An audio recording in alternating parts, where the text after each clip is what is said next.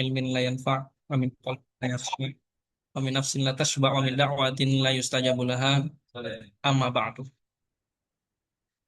أهلا وسهلا بكم أيها الحاضرون الكرام في هذا اليوم المبارك في الندوة الوطنية لطلبة الدراسات العليا في برنامج اللغة العربية وتعليمها تحت العنوان تصميم مناهج تعليم اللغة العربية في عصر التحولات العالمية بين النظرية اللغوية وتطبيقات التكنولوجيا.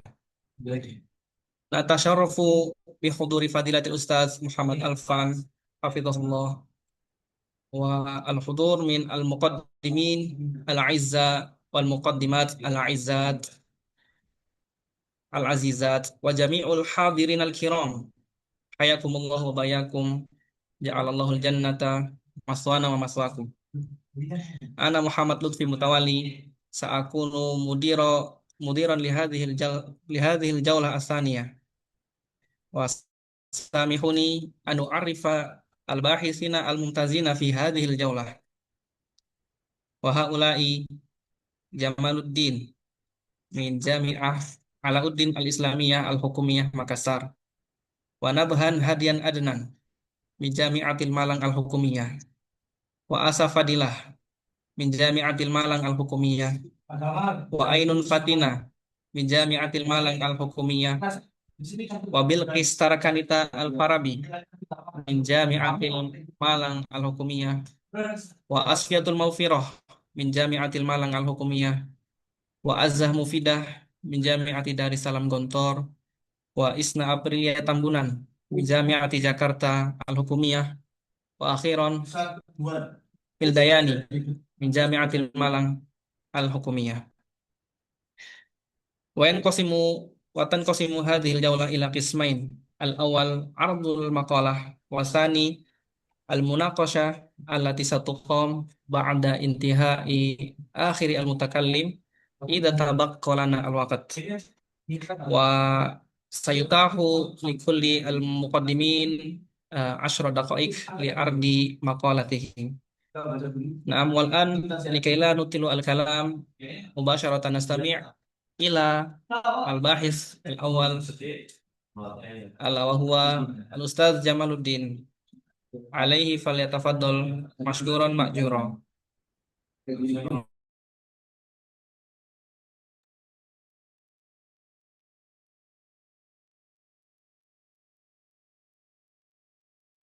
طيب، صوتي واضح يا أستاذ؟ Wadih ya Ustaz. أيوه، نعم. طيب، بسم الله الرحمن الرحيم. أحييكم بتحية الإسلام، تحية فيها السلام. السلام عليكم ورحمة الله وبركاته. Waalaikumsalam warahmatullahi wabarakatuh. الحمد لله الذي جعل اللغة العربية لغتنا المحبوبة، وجعلها لغة نفهم بها كلام ربنا وكلام نبينا. وكذلك نصلي صلاة ونسلم سلاما على حبيبنا ومصطفانا محمد صلى الله عليه وسلم، الذي قد حملنا من الظلمات إلى النور وإلى صراط المستقيم. طيب، في هذه المناسبة فاسمحوا لي أن أعرفكم اسمي. أنا أخوكم جمال الدين من جامعة علاؤدين الإسلامية الحكومية مكسر، خاصة أنا من منطقة سنجاي بسلawesi الجنوبية. طيب، يسعدني جدا هذه الندوة الوطنية، فهذه الفرصة الغالية عندي أيضا، لذلك أقدم جزيل الشكر والتقدير لجميع اللجان الذين قاموا بهذه الندوة الوطنية. وفي هذه المناسبة أنا أريد أن أحدثكم عن أسس تطوير منهج تعليم اللغة العربية القائم على سياسة التعلم المستقل. طيب، نبدأ من الخلفية الدراسة. منذ تطبيق سياسة التعلم المستقل، شهدت المنظومة التعليمية في إندونيسيا تحولا في نظرتها إلى التعليم أكثر مرونة، ويتمركز على المتعلمين. وكما عرفنا أن في المنهج السابق التعليم يتمركز على قدرة المعلمين، ولكن المنهج الآن يعني يتمركز على قدرة المتعلمين. والمنهج كذلك أيضا متوافق مع تطورات العصر أو مع تطورات الزمن. ومن خلال المنهج المستقل تسعى الحكومة إلى تبسيط المواد الدراسية وتأسيس الكفاية الأساسية، ومنح للمعلمين حرية لاختيار أساليب التدريس المناسبة لاحتياجات الطلاب. وفي مجال تعليم اللغة العربية لا يقتصر على الجوانب النحوية فقط، بل يشمل أيضا تنمية الكفاية التواصلية. ولذلك يجب أن يستند تطوير هذا المنهج إلى أسس فلسفية ونفسية واجتماعية وقانونية، حتى يكون ذا اتجاه واضح متوافقا مع متطلبات التعليم الوطني. غير أن تطبيق ما زال يواجه عدد من التحديات، من مثلا مواد تعليم ما زالت محدودة، واستعداد المعلمين أيضا ما زال ضعيفا. لذلك هناك حاجة إلى دراسة مكتبية تهدف إلى تحليل تراكيب مختلف الأسس التي يقوم عليها تطوير المنهج تعليم اللغة العربية بما يتوافق مع مفهوم التعلم المستقل. ومنهجية هذا البحث أو منهجية هذا البحث استخدم الباحث منهجا نوعيا من خلال البحث المكتبي. نعم، هذا. وثم نخطو إلى النتائج والمناقشة. تعد سياسة التعلم المستقل التي أطلقتها وزارة التربية والثقافة والبحث والتكنولوجيا ابتكارا في بناء نظام تعليمي أكثر تكيفا وديناميكية، ويتمركز على إمكانية المتعلمين الفردية.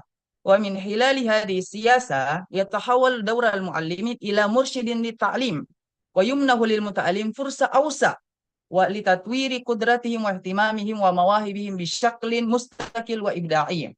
ويحدث هذا المنهج تعليم اللغة العربية إلى تنمية الأول التفكير النقدي والإبداعي، ثم الثاني القدرة على التواصل، ثم الثالث المهارة اللغوية المتكاملة، وهي الاستماع والكلام والقراءة والكتابة. ثم توجد 4 أسس رئيسية تؤد مرجعا أساسيا، وهي الأول الأساس الفلسفي.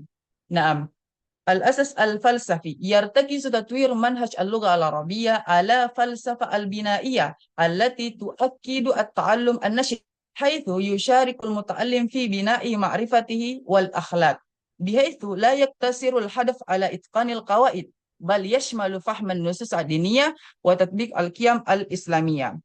وفقا لقرار وزير الشؤون الدينية رقم 183 لسنة 2019، فإن اللغة العربية وظيفتين: الأول وسيلة للتواصل، والثاني وسيلة لفهم تعاليم الإسلام الواردة في القرآن الكريم والحديث الشريف والكتب التراثية. وبذلك يرجى أن يتمكن المتعلمون من فهم الإسلام فهما صحيحا وعميقا، وأن يكونوا قادرين على التعبير عن ذلك باللغة العربية، سواء كان شفهيا أو كتابيا. ثم نخطو إلى الأساس الثاني. نعم، الأساس الثاني هو الأساس النفسي التربوي. يهتم هذا الانفعالات والقدرة العقلية، ويؤكد ضرورة مراعاة مراحل النمو والاختلافات الفردية عند تصميم المنهج، كما يركز على تنمية المهارة اللغوية ال4 بطريقة ممتعة وفعالة. لذلك ينبغي أن يصمم المنهج التعليمي وفقا لخصائص نمو المتعلمين، ويركز الجانب التربوي على تحقيق الكفاءة اللغوية التي تشمل مهارة الاستماع والكلام والقراءة والكتابة. ويؤد الأساس النفسي التربوي عنصرا أساسيا في تنفيذ عملية التعليم في ظل منهج التعلم المستقل. لذلك ينبغي على المعلمين أن يفهموا الحالة النفسية للمتعلمين، وأن يطبقوا مبادئ تربوية أساسية إنسانية. ثم نخطو إلى الأساس الثالث، الأساس الاجتماعي. يربط هذا الأساس بين المنهج وواقع المجتمع، حيث تؤد اللغة العربية وسيلة للتواصل الاجتماعي. ولذلك يجب أن يوجه تعليم اللغة العربية كفاءة تواصلية، ليس مجرد حفظ قواعد. ولذلك في هذا السياق توجد Luar biasa lah sahabat أربع Poik. أنواع من الكفاءة. نعم. توجد أربع أنواع من الكفاءة التواصلية التي ينبغي اعتمادها. الأول يعني الكفاءة النحوية، والثاني يعني الكفاءة الاجتماعية اللغوية، ثم الثالث يعني الكفاءة الاستراتيجية، ثم الرابع يعني الكفاءة الخطاب. طيب نخطو إلى الأساس الأخير وهو الأساس القانوني. يؤد الأساس القانوني مرجعا مهما في تنظيم العملية التعليمية، بما في ذلك تصميم منهج تعليم اللغة العربية بما يتوافق مع مبادئ التعلم المستقل. وترتكز هذه السياسة على منح الحرية للمؤسسات التعليمية والمعلمين في تطوير إمكانية المعلمين وفقا لخصائص واحتياجاتهم وظروفهم التعليمية. ويستند تطوير المنهج إلى قوانين التعليمية في إندونيسيا، مثل قانون نظام تعليم الوطني رقم 20 لسنة 2003، الذي يهدف إلى إعداد أفراد مؤمنين ومبدئين ومستقلين والمستقلين، كما تؤكد اللوائح على ضرورة أن يكون التعليم تفاعليا وممتعا ومناسبا لاحتياجات الطلاب. ويتوافق هذا الهدف مع جوهر تعليم اللغة العربية الذي لا يقتصر على اكتساب الكفاءة اللغوية فقط، بل يسهم أيضا في غرس القيم الدينية والاجتماعية والثقافية الإسلامية. كما أن اللائحة الحكومية رقم 57 لسنة 2021 بشأن المعايير الوطنية للتعليم تؤكد أن المنهج ينبغي أن يكون متطورا وفقا لاحتياجات المتعلمين في عصر الحديث. طيب، اختتاما لما قلت لكم جميعا، لن يكون هناك منهج ممتاز بدون أسس ممتازة، إما الفلسفية والقانونية والاجتماعية والنفسية. وأشكر شكرا على حضوركم جميعا، وأستغفركم إن أنزلناه قرآنا عربيا. السلام عليكم ورحمة الله وبركاته. أعيد إلى رئيس الجلسة. Nah, Waalaikumsalam warahmatullahi wabarakatuh. Barakallahu fiik ya Ustaz. Ma hadza art ardun jamilun wa qayyimun. Nah, barakallahu fiik. Nantakil شكرا. al-an ila al-mutakallim asani ala wa huwa akhuna Nabhan Hadian Adnan min Jami'ah min Jami'atin Malang Al-Hukumiyah. Alaihi falyatafaddal maskura. هل صوتي واضح؟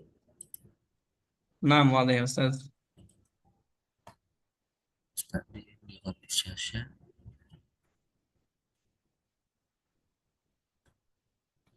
الشاشة منشورة. بسم الله الرحمن الرحيم. أحييكم تحية إسلامية، تحية مباركة من عند الله.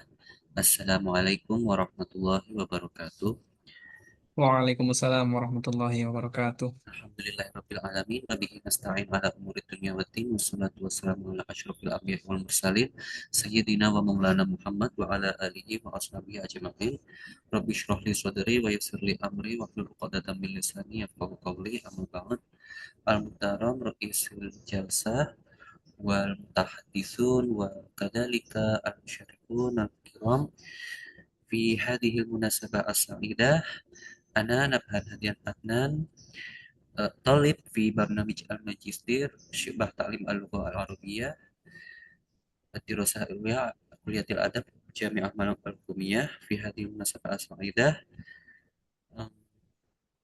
أنا سأقدم لكم مقالتي البحثية ذات العنوان تحليل الاحتياجات كأساس تطوير مناهج تعليم اللغة العربية، دمج وجهات نظر أصحاب المصلحة والاتجاهات العالمية. Baik, pada kesempatan kali ini saya akan membahas penelitian saya yang berjudul Need Analysis sebagai fondasi pengembangan kurikulum pendidikan bahasa Arab dari perspektif stakeholders dan kerangka global. Kajian ini berangkat dari pertanyaan, apakah kurikulum yang telah tersusun saat ini sudah benar-benar mampu mencerminkan kebutuhan nyata dari para pembelajar.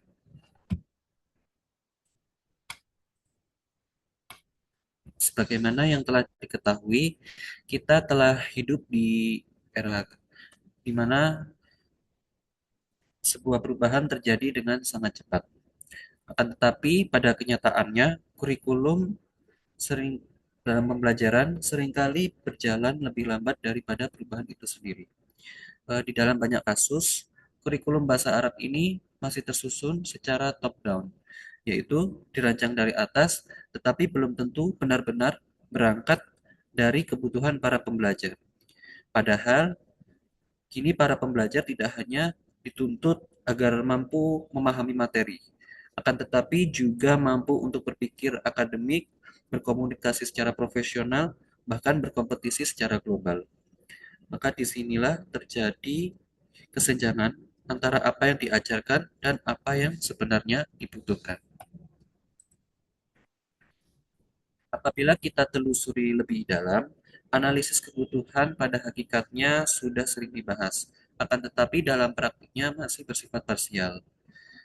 Kita sering bertanya apa yang sering paling dibutuhkan oleh para pembelajar, tetapi jarang bertanya apa yang dibutuhkan oleh mereka di dunia kerja, apa yang diharapkan dari institusi, dan bagaimana standar global melihat kompetensi bahasa.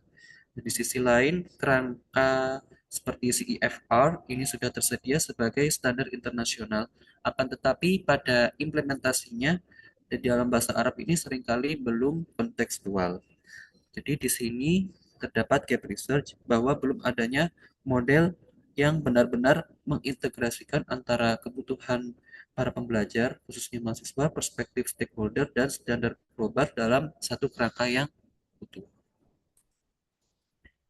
Maka tujuan penelitian dari penelitian ini berangkat dari persoalan tersebut, yaitu tidak hanya sekedar ingin menjelaskan tetapi juga ingin menawarkan, yaitu sebuah model pengembangan kurikulum pendidikan bahasa Arab yang berbasis need analysis sekaligus juga mengintegrasikannya dengan perspektif stakeholders dan kerangka CEFR. Dengan fokusnya adalah pada pendidikan tinggi, karena disinilah kompleksitas kebutuhan akademik dan profesionalitas bertemu secara nyata. Kemudian adapun penelitian, metode penelitian ini menggunakan pendekatan R&D, Research and Development, namun dalam bentuk konseptual, yaitu tidak melakukan eksperimen di lapangan, akan tetapi menyusun model berdasarkan kajian literatur secara komprehensif.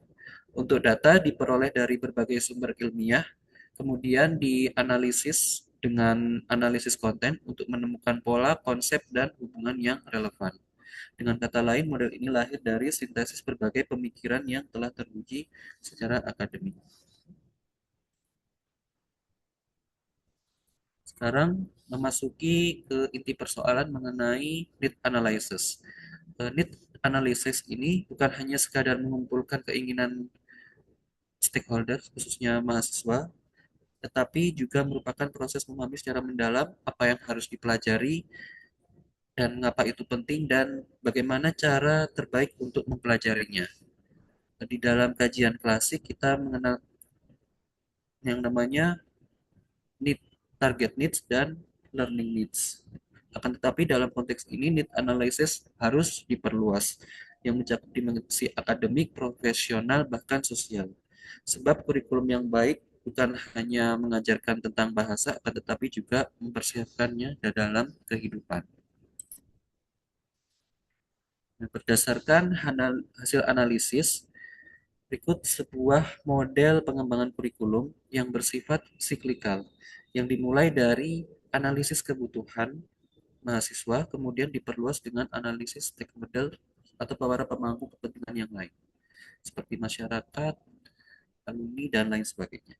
Setelah itu dilakukan evaluasi terhadap kurikulum yang sudah ada, lalu diintegrasikan dengan kerangka CEFR.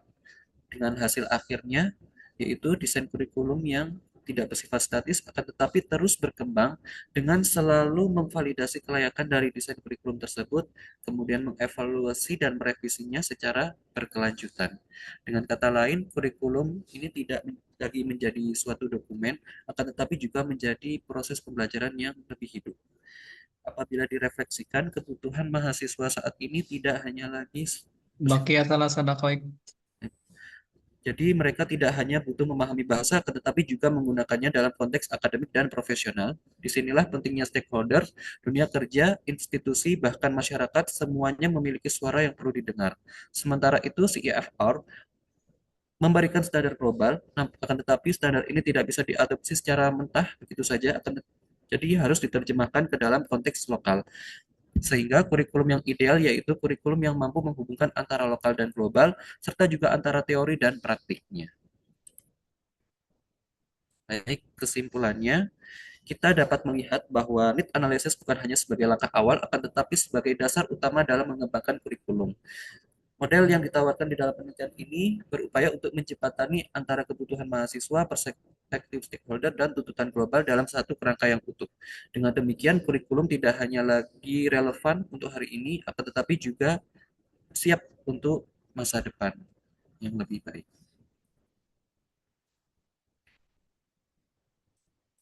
Kemudian ada beberapa rekomendasi untuk khususnya dalam pengembang kurikulum, para pengajar, khususnya dosen dan institusi pendidikan. Untuk para pengembang kurikulum, hendaknya menjadikan analisis sebagai aktivitas yang berkelanjutan yang dilakukan secara periodik, tidak hanya sekedar sebagai kegiatan administratif semata, namun juga tahap awal penyusunan kurikulum. Kemudian pada dosen diharapkan menjadikan hasil need analysis sebagai dasar utama dalam dalam merancang pembelajaran atau perkuliahan yang bersifat kontekstual dan berorientasi kepada kompetensi.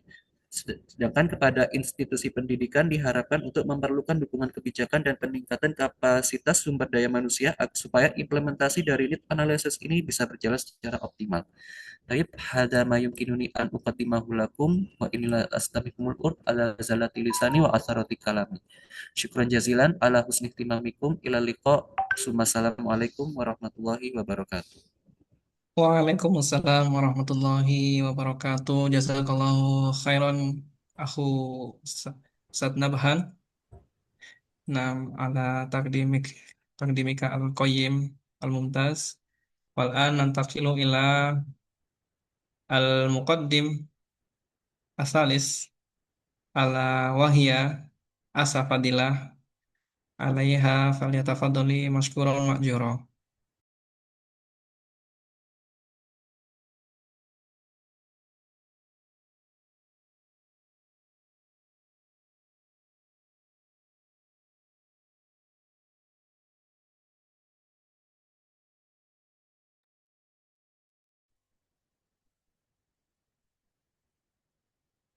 Hai, bismillahirrahmanirrahim. Assalamualaikum warahmatullahi wabarakatuh.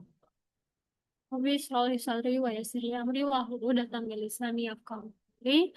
Fi hal fil fursa al-ghaliyah sauqadim al-bahas bil maudu analisis kemampuan bahasa Arab pada kelas persiapan tidak di Pondok Modern Darul Hikmah Tangerang. Yang pertama pendahuluan. Kita tahu bahwa pembelajaran bahasa Arab sudah tersedia dalam kurikulum di Indonesia sejak lama. Dan metode ajar yang digunakan terdahulu adalah metode klasik atau kita kenal dengan metode tradisional. Nah, dari sekian sekolah yang menerapkan pembelajaran bahasa Arab, penulis tertarik untuk meneliti satu pondok, yakni Pondok Modern Darul Hikmah, di mana di dalamnya terdapat program yang baru berdiri sekitar 2 tahun, yaitu program IDADI atau program persiapan belajar bahasa Arab. Dan di sini peneliti menganalisis secara kemampuan pada peserta didik dalam teori capaian pembelajaran. Yang pertama, rumusan masalah, apa keunggulan program dari kelas persiapan atau kelas IDADI. Yang kedua, apa kendala dari program tersebut. Ya, tujuannya untuk mengetahui keunggulan program kelas IDADI. Yang kedua adalah mengetahui kendala dari program kelas tersebut. Oke, di sini penulis menggunakan metode kualitatif di mana objek penelitiannya adalah 5 murid dari kelas IDADI yang terdiri dari 3 santriwati dan 2 santriwan. dan fokus penelitiannya adalah pada kemampuan setiap siswa tersebut. Dan data diambil dari hasil belajar serta kegiatan pembelajaran di dalam kelas. Selanjutnya, hasil dan pembahasan. Yang pertama adalah fase struktur kurikulum. Dalam capaian pembelajaran, pada fase struktur kurikulum itu terbagi dari fase A sampai fase F. Dan kelas IDD ini diprogramkan setara dengan kelas 9, yaitu masuk ke dalam fase D, di mana fase D ini siswa yang berumur sekitar 12 sampai 15 tahun.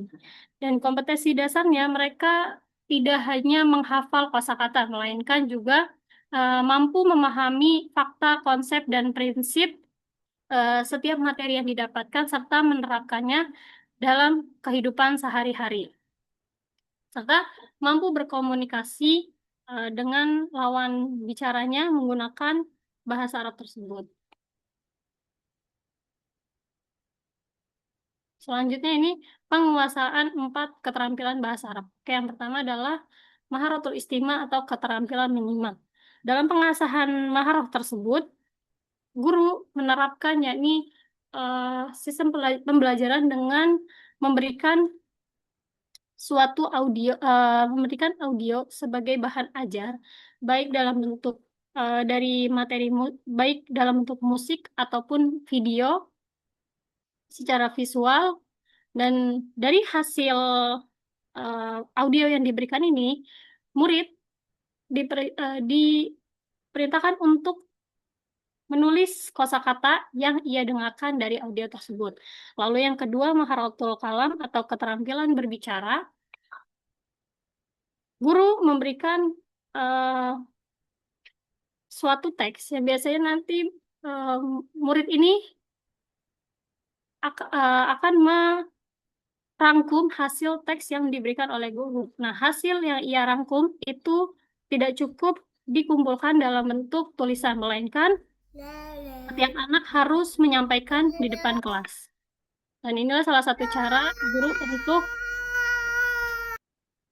salah satu cara untuk guru mengasah maharatul kalam para siswa.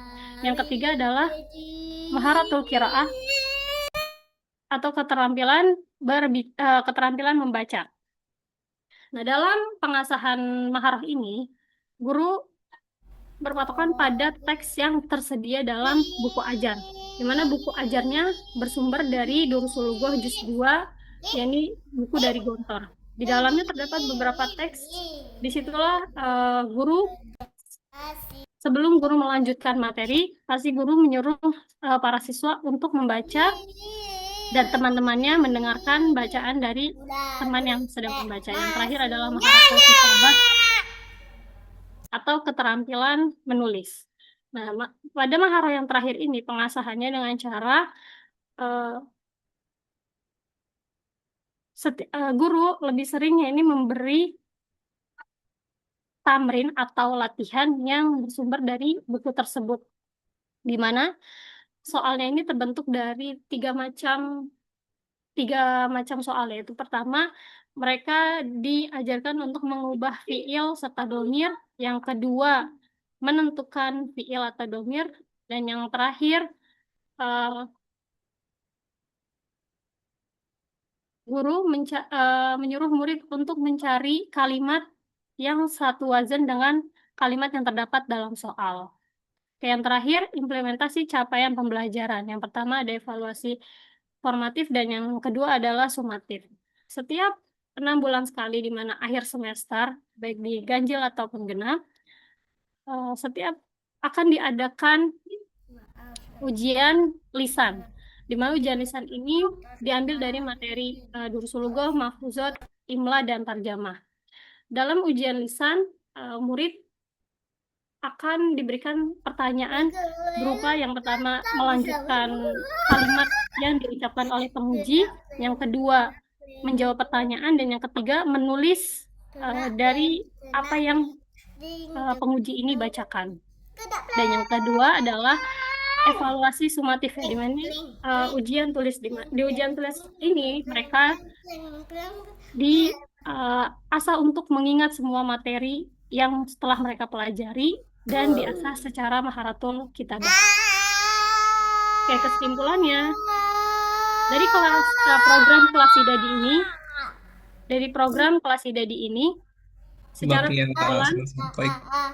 nah, Ustaz, secara keunggulan, anak-anak dapat fokus mempelajari materi bahasa Arab eh, dengan fokus karena tidak ada pelajaran umum yang mereka pelajari. Tetapi secara kendala,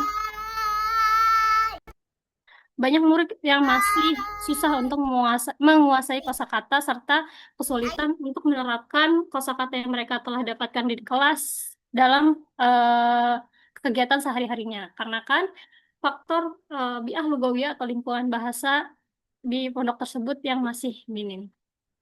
Itu bihadal kalam. Wassalamualaikum warahmatullahi wabarakatuh. Waalaikumsalam warahmatullahi wabarakatuh. Jazakillahu khairan kasiron ala takdim al-qayyim al-jayyid asyamil ya ustazah. Wal'an naqtu ila al-mutakallim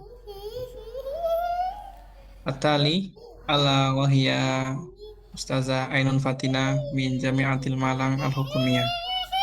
Alaiki falyatafaddali mashkuran ma'jura.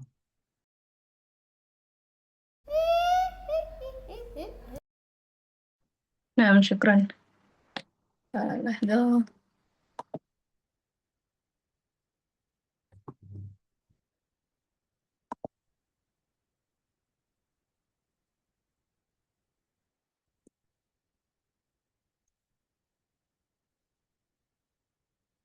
نعم السلام عليكم ورحمة الله وبركاته. صباح الخير أستاذ هاني والحضور الكرام. سأقدم لكم عن البحث بعنوان تحليل الاحتياجات المعلمين في تصميم تعليم اللغة العربية في إطار منهج International Baccalaureate في Madrasah Al-Firdaus Al-Ibtidaiyah.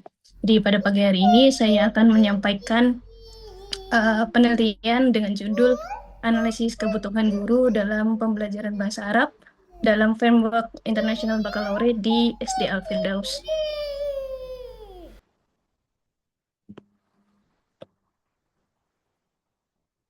ثم الخلفية يعني يواجه تعليم اللغة العربية في مدرسة الفردوس تحديات في مؤالمة المادة وطرق مع خصائص الطلاب، وفي تطبيق يميل الطلاب إلى الأنشطة التفاعلية والبصرية، ولكن التعليم لا يزال يعتمد على الكتاب الذي يفوق مستوى الطلاب.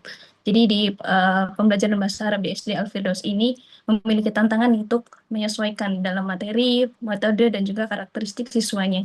Dalam praktiknya, siswa cenderung lebih tertarik pada aktivitas visual dan interaktif. Namun, pembelajaran masih sering mengikuti buku yang ternyata levelnya relatif lebih tinggi daripada kemampuan siswa. Hal ini menyebabkan pembelajaran menjadi kurang fleksibel dan belum sepenuhnya sesuai dengan kebutuhan siswa. ثم أسئلة البحث يعني تركز البحث على سؤالين وهما كيف واقع التعليم وما احتياجات المعلمين لتطويره.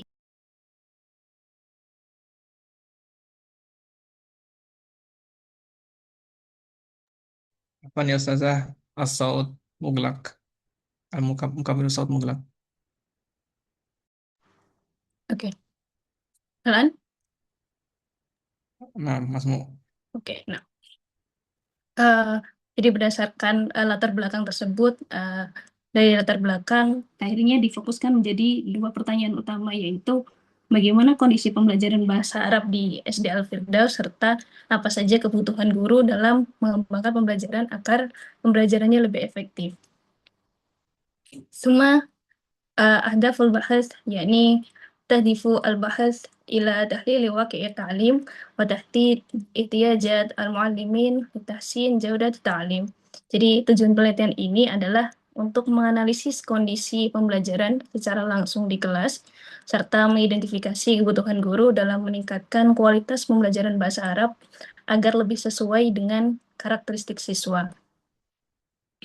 ثم الإطار النظري يعتمد البحث على نظرية اكتساب اللغة الثانية والمدخل التواصلي ومبادئ منهج International Baccalaureate القائم على الاستقصاء والتعلم المتمركز حول الطالب. ويعتمد أيضا على تحليل الاحتياجات لتحديد الفجوة بين الواقع والاحتياجات. Jadi nanti teori yang digunakan di penelitian ini berdasarkan pada teori pemerolehan bahasa kedua serta prinsip atau framework dari International Baccalaureate yang menekankan pembelajaran itu dengan inquiry based learning dan student center. Selain itu, penelitian ini juga menggunakan konsep analisis kebutuhan sebagai dasar untuk identifikasi kesenjangan antara kondisi pembelajaran dan kebutuhan pengembangan. ثم منهج البحث يستخدم البحث منهجا وصفيا نوعيا مع الاعتماد على الملاحظة الصفية لمراقبة تفاعل الطلاب وأساليب التعليم. Jadi penelitian ini menggunakan pendekatan kualitatif deskriptif dengan teknik observasi kelas. Jadi melalui observasi peneliti dapat mengamati interaksi siswa di kelas, respon bahasanya, serta metode pembelajaran yang digunakan untuk memahami kondisi pembelajaran secara kontekstual. ثم نتائج الدراسة في مدرسة الفردوس الابتدائية يعني تظهر النتائج تباينا في تفاعل الطلاب ومحدودية في الإنتاج اللغوي مع عدم توافق بين مستوى المادة وقدرات الطلاب. Jadi hasil observasi menunjukkan bahwa keterlibatan siswa dalam pembelajaran itu masih bervariasi dan produksi bahasanya siswa itu masih terbatas pada respon-respon sederhana. Selain itu, pembelajaran sudah mulai mengarah ke student center, tapi masih belum konsisten. Ditemukan juga bahwa materi dalam buku itu belum sepenuhnya sesuai dengan kemampuan siswa. ثم الاحتياجات يعني بناء على ذلك تظهر الحاجة إلى تعزيز الاستراتيجيات وتطوير الأنشطة وتكييف المواد التعليمية. Dari temuan-temuan tersebut sebelumnya terdapat kebutuhan utama yaitu penguatan strategi pembelajaran, bagaimana agar siswa engage dalam pembelajaran tersebut, kemudian pengembangan aktivitas komunikasi sehingga pola komunikasi siswa dalam merespon itu bisa berkembang. Kemudian ada juga kebutuhan untuk mengadaptasi materi agar sesuai dengan kemampuan siswa. ثم التطبيق يمكن توجيه التعليم نحو الاستقصاء والتعلم المتمركز حول الطالب مع استخدام التفكير المرئي وتكييف المادة.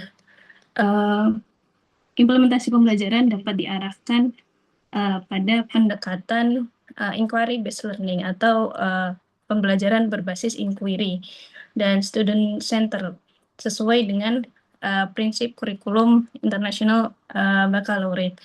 Selain itu, ada juga bisa menggunakan namanya visible thinking routine yang dapat membantu siswa untuk mengembangkan pola pikirnya sehingga respon-respon bahasa yang dilakukan, yang diterapkan siswa dalam pembelajaran bahasa Arab itu bisa berkembang. Jadi guru perlu mendesain pembelajaran itu bisa menggunakan visible thinking routine sehingga terlihat bagaimana pola pikir siswa terkait bahasa Arab tersebut sehingga siswa bisa merespon lebih banyak. Jadi tidak terbatas pada respon-respon sederhana. Selain itu, guru juga bisa mengadaptasi materi yang lebih kontekstual di luar dari materi yang ada di buku sehingga itu bisa lebih relate untuk bisa lebih dipahami oleh siswa.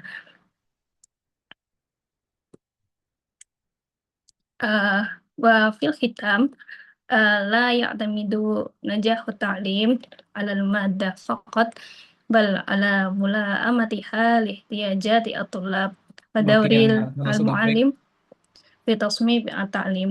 Jadi sebagai penutup dapat disimpulkan bahwa keberhasilan pembelajaran bahasa Arab tidak hanya ditentukan oleh materi atau buku siswa saja, tapi disesuaikan antara materi, metode, dan juga kebutuhan siswa. Jadi guru perlu di sini guru mempunyai perannya sangat penting dalam perencanaan pembelajaran sehingga learning activity di kelas itu bisa lebih sesuai dengan siswa dan lebih bermakna untuk siswa. Ada mini. Syukran ala ihtimamikum wa istimaikum. Wassalamualaikum warahmatullahi wabarakatuh. Waalaikumsalam warahmatullahi wabarakatuh. Jazakillahu khairan kasiran ala takdimiki al-qayyim al-mumtaz wal-an naftu ila al-muqaddimah ba'daha ala wahya al-ukht Bilqis Tarakanita Al-Farabi min Jami'atil Malang Al-Hukumiyah fa'alaiki falyatafadhali mashkuran ma'jura. Baik, syukron.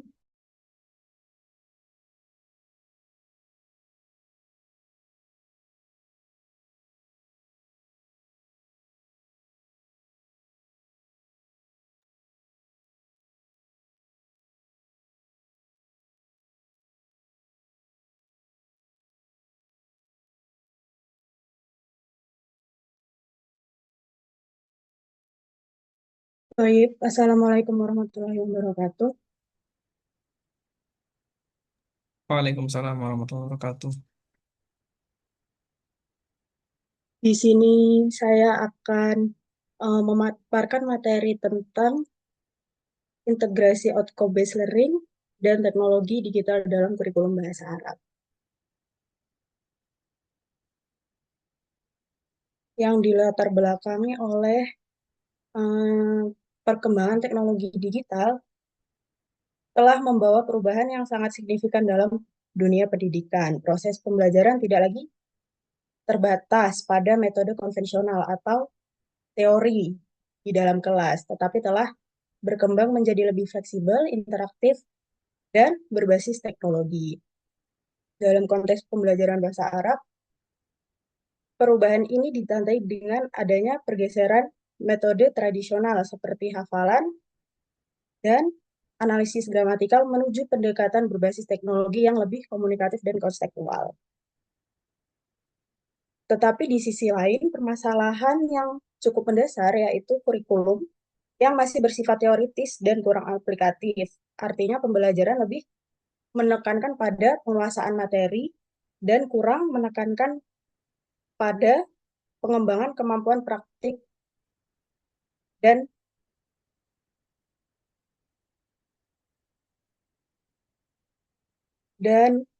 kesiapan siswa. Dari permasalahan ini juga diperkuat bahwa meskipun pembelajaran bahasa Arab telah mengalami transformasi digital, masih terdapat kendala dalam pengembangan kemampuan praktis dan kesiapan teknologi. Maka dari itu tujuan dari materi ini diharapkan integrasi outcome-based education dan teknologi dalam pembelajaran bahasa Arab ini bisa mendukung atau membantu masalah-masalah tersebut. Lalu masuk ke metode penelitian. Metode penelitiannya saya menggunakan deskriptif kualitatif. Menggunakan library research, yaitu sumber data utamanya literatur.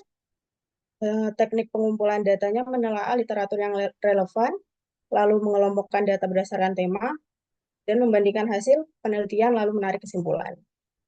Masuk ke pokok pembahasan, yakni konsep outcome-based education. Apa sih outcome-based education ini? Outcome-based education ini yaitu kurikulum berbasis pendekatan pembelajaran yang berfokus pada hasil belajar atau learning outcomes. Jadi fokus utamanya itu bukan hanya proses pembelajaran, bukan hanya bagaimana siswa memahami materi, tetapi bagaimana siswa dapat menerapkan atau mempraktikkan yang dipelajari di kehidupan nyata. Dengan demikian, pembelajaran tidak hanya bersifat teoritis, tetapi juga mengarah pada kemampuan praktis. Lalu selain itu, OB juga mendorong pembelajaran yang berpusat pada siswa karena tadi difokuskan bagaimana cara mempraktikannya, akibatnya kontribusi siswa itu lebih banyak daripada guru berperan.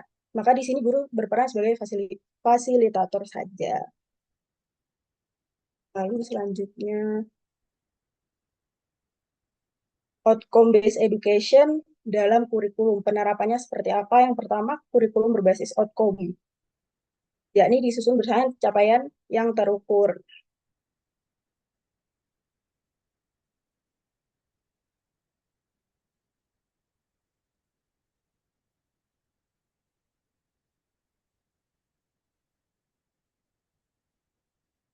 Capaian ini OB diterapkan melalui penyusunan capaian pembelajaran yang jelas, terukur, dan spesifik. Nah, capaian ini menjadi dasar menentukan metode, materi, serta sistem evaluasi.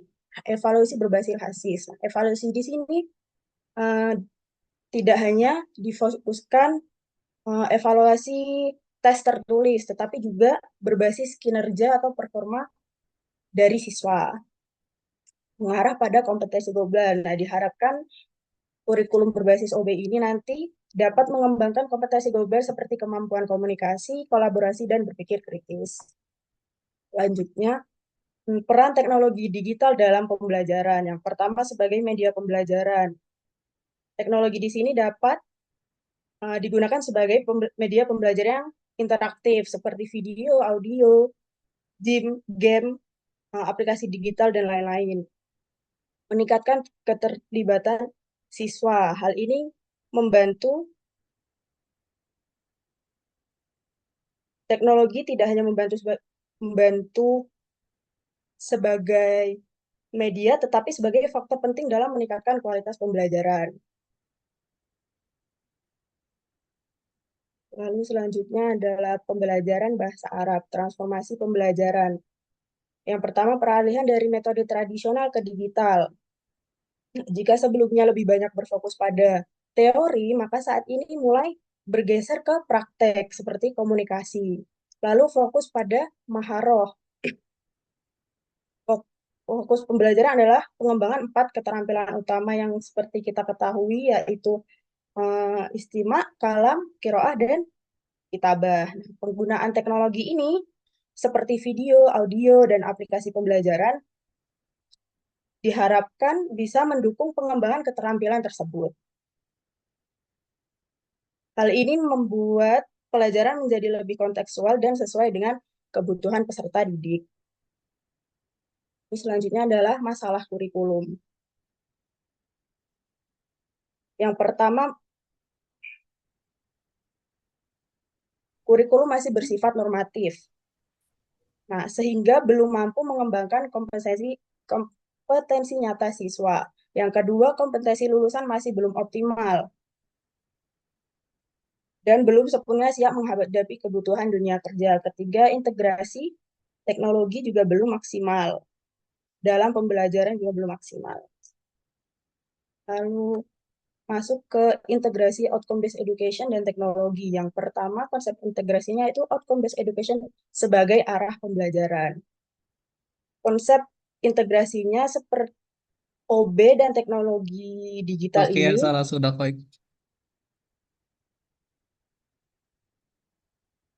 ini di sini bukan sekedar penggunaan teknologi dalam pembelajaran, tetapi bagaimana teknologi tersebut benar-benar selaras dengan tujuan pembelajaran yang telah ditetapkan. Jadi OB ini berfungsi sebagai target capaian pembelajaran, lalu teknologi ini membantu bagaimana eh, bagaimana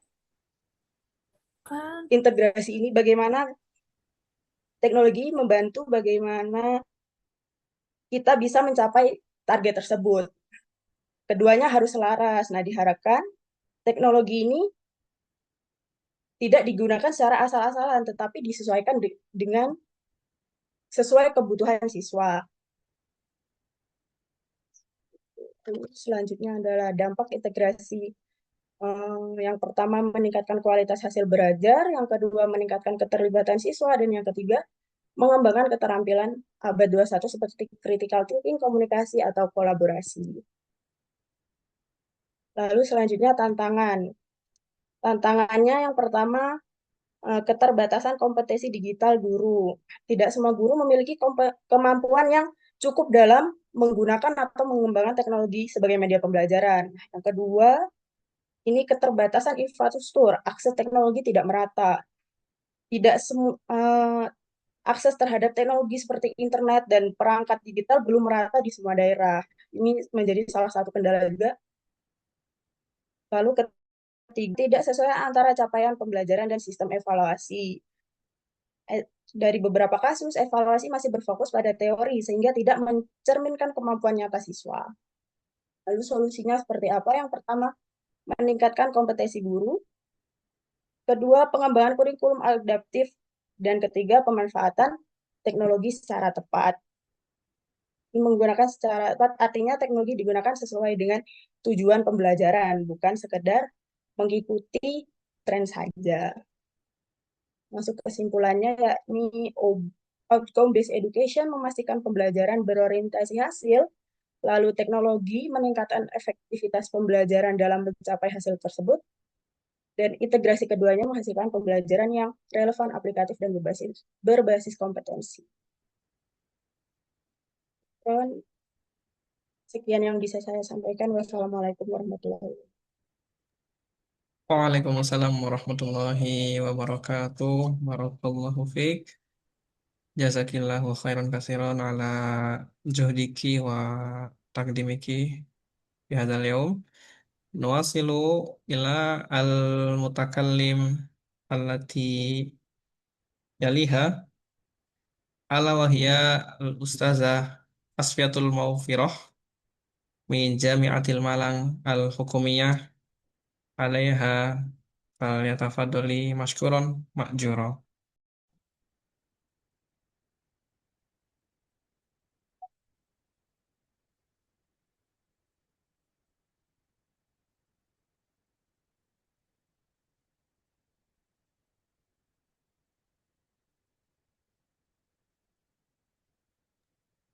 Ustazah Asfiatul Maufiroh. طيب أستاذ لحظة.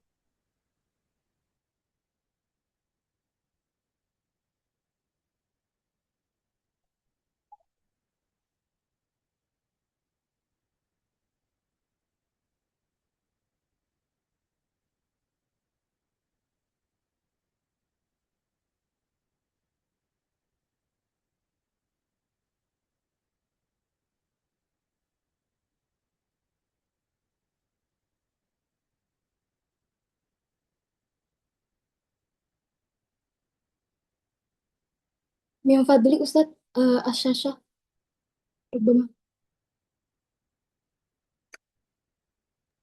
Nam asyasha lam tazhar.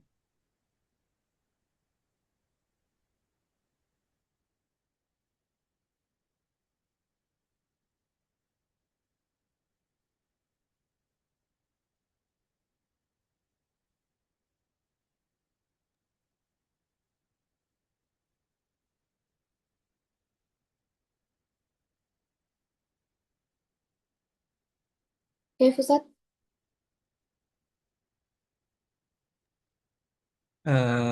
Mazalat lam tazhar ya Ustazah. طيب.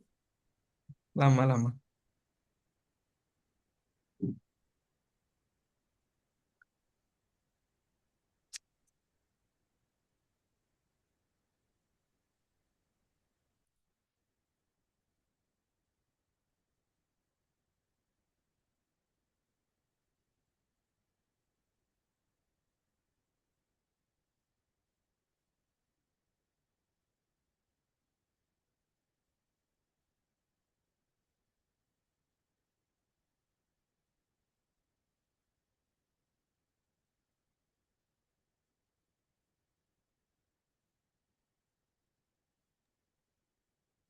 Rubama nudhir laki asyasha.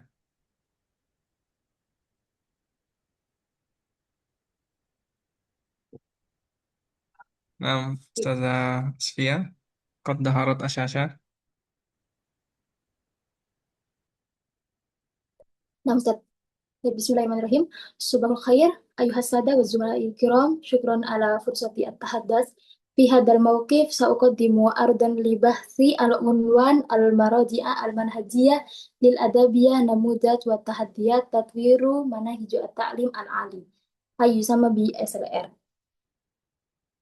Narju an nakuna hadal ard fadi'an wa mufidan lin niqas.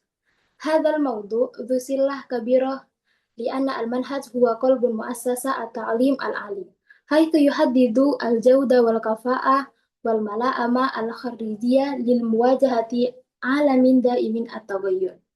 الآن بعد أن فهمنا العنوان وتركيز البحث دعونا نلقي نظرة إلى الخلفية والسياق.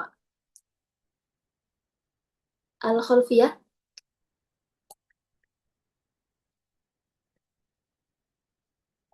طيب في إندونيسيا شهد منهج التعليم العالي في إندونيسيا عدة تحولات الجوهرية من المنهج القائم على المحتوى إلى منهج القائم على الكفاءة ثم إلى إطار وطني للمؤهلة حتى إلى منهج الدراسة المستقبلية التسليمية يسمى ب MBKM. يتطلب هذا التحول من المؤسسات من المؤسسة أن تكون أكثر مرونة وتكيفا واستجابة الاحتياجات الصناعية والمجتمع والعالم. ومع ذلك فإن تغير السرعة يولد تحديات الموارد المحدودة الشبكة الشراكة الضعيفة والإرشادات التقنية غير كافية. من هذا الخلفية يطرح السؤال: هل الدراسة السابقة تقدم صورة شاملة؟ دعونا نرى فجوة البحث والحديث في هذه المراجع المنهجية. الفجوة البحث والحداثة تحتها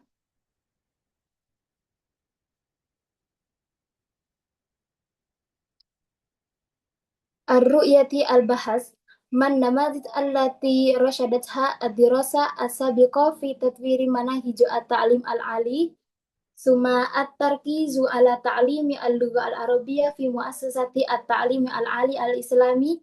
الثالث يعني التقديم تصنيفي وإطار تحليلي كمرجع للبحث والممارسة في تطوير المناهج. لتحقيق توليف منهجي استخدم البحث منهجية المراجعة المنهجية القائمة على دعونا نرى خطوات بريسما. تحتها المنهجية يعني المراجعة المنهجية أو يسمى ب SLR قائمة على بريسما تتضمن من الأول التحديد هناك 115 وثيقة أولية. ثانيا الفرز 32 وثيقة ذات صلة بالمناهج. الثالث الأهلية 23 مجلة تعليمي عالي. الرابع يعني الحاصل أو يسمى بإدراج 13 مقالا نهائيا. أما معايير الإدراج مقالة محكمة سياق التعليم العالي الفترة من سنة 2020 حتى 2025 نص كامل. أما معايير الإقصاء يعني الروائس الجامعية وواقع مؤتمرات غير محكمة، المواضيع خارج نطاق التعليم العالي، ثم النصوص الناقصة. من هذه الأدبية يمكننا التحديد 7 نماذج أسئلة للمناهج. النماذج 7 رئيسية للمناهج التعليم العالي يعني الأول تحتها نخطو إلى النماذج 7. الأول يعني التصميم القائم على المادة أو تصميم متمحور حول مادة الدراسة. Asani al-qaimatu an-namuzatu al-qaimatu alal itari watani lil muwahalat. Asalis an-namuzatu syabahul mutawazi. Ar-rabi Ar-rabi ad-dawli summa al-khamis muta'addidu as-saqafat. Asadis al-mujtama. Asabi al-lugha al-arabiyyah lil aghradi al-muhaddadah. طيب تاليها. طيب الآن نخطو إلى التحديات والاستراتيجيات التطبيق. أبرز الاتجاهات الراهنة التدويل وفق معايير العالمية والرقمة باستخدام تقنية حديثة كالواقع المعزز والتطبيقات التفاعلية والكتب والإلكترونية والتوطين من خلال القيم محلية والتنوع الثقافي. والاستراتيجية المعتمدة فتشمل النموذج المدمج الذي يجمع عدة مناهج وفق سياق كل قسم وأصل الذي ينطلق من وصف الخريج إلى مخرجات التعلم إلى المقررات. لمواجهة هذه التحديات هناك توجهات والاستراتيجيات تنفيذ يجب مراعاتها. تليها هناك التحديات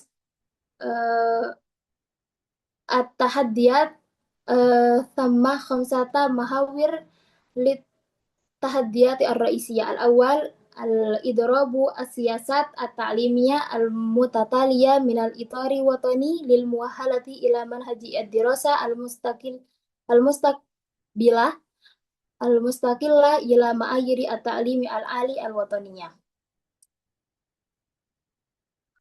ثانيا تفاوت الكفاءة الأولية بقي للطلاب. 3 دقائق. الثالث محدودية المواد التدريس. الرابع فجوة بين التصميم والتنفيذ. الخامس دمج القيمة الإسلامية مع المعايير العالمية.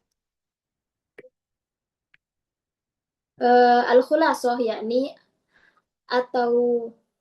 توجهات التحديات تعليم العالمي CEFR أو CTFL. الرقمن الواقعي المعزز يعني باستخدام كاهوت كويزيس الكتب الإلكترونية. ثم التكيف مع السياق القيم المحلية والمتعددة الثقافية.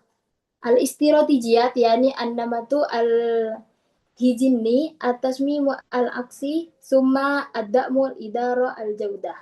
هذه الخطوات لها تداعيات أكاديمية وعملية مهمة. هذا ما كنت أريد أن تقدم في هذه الأرض. أشكركم جميعا على اهتمامكم وأنا مستعد للنقاش. ثم السلام عليكم ورحمة الله وبركاته. Waalaikumsalam warahmatullahi wabarakatuh. Masya Allah, barakallahu fiik. Nah, naskurukum syukran jazilan ala husni taklimikum.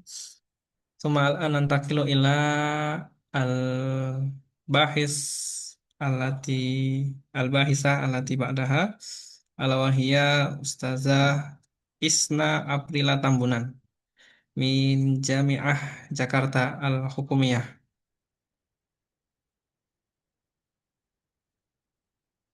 Profesor Allah di Musom dan Sultan Solusi Sasa. Nah, tafadhali.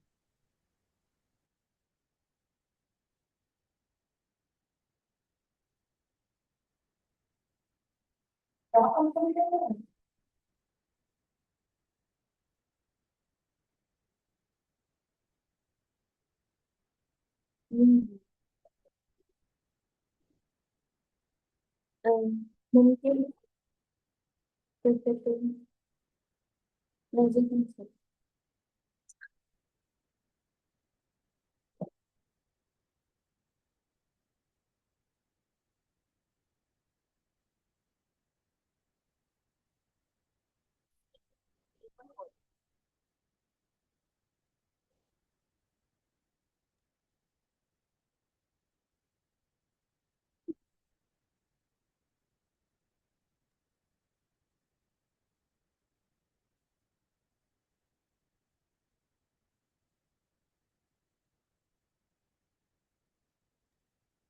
يمكن رفع الشاشة يا أستاذة.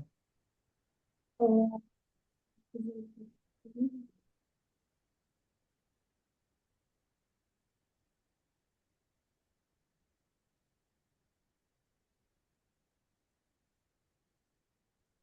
mungkin minta Ustaz min fadli.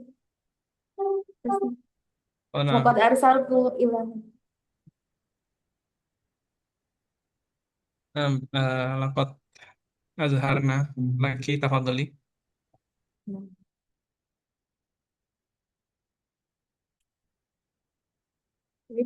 السادة المحكمون الأفاضل وأعضاء اللجنة منظمة وحضور الكرام، السلام عليكم ورحمة الله وبركاته. وعليكم السلام ورحمة الله وبركاته. يسعدني ويشرفني أن أقف أمام حضراتكم في هذه الندوة العلمية لأقدم بحثي المتواضع بعنوان تحليل تطبيق منهج تعليم اللغة العربية في المدرسة الثانوية الإسلامية أولونها ميدان. والآن نخطو إلى خلفية البحث.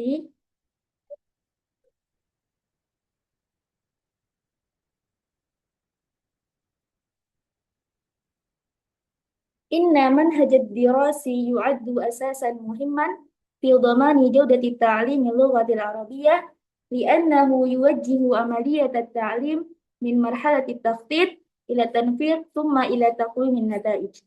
وفعالية منهج لا تعتمد على جودة التخطيط فقط، بل تعتمد أيضا على جودة التنفيذ في الميدان التعليمي. فقد يكون منهج مخططا بصورة جيدة، ولكن إذا لم ينفذ بشكل صحيح فلن تتحقق أهداف تعليمية مرجوة. ومن هنا تواجه بعض المدارس فجوة بين المنهج مخطط ومنهج منفذ، حيث لا يتم تطبيق خطط المكونات المنهجية كما وضعت في التخطيط. وهذه الفجوة تؤثر تأثيرا كبيرا في جودة تعليم اللغة العربية وفي مخرجات التعلم. لذلك جاء هذا البحث لدراسة مدى التوافق بين تخطيط المنهج وتنفيذه، وتحليل العوامل التي تساعد على نجاح تنفيذه أو تعيقه من أجل الإسهام في تطوير جودة تعليم اللغة العربية.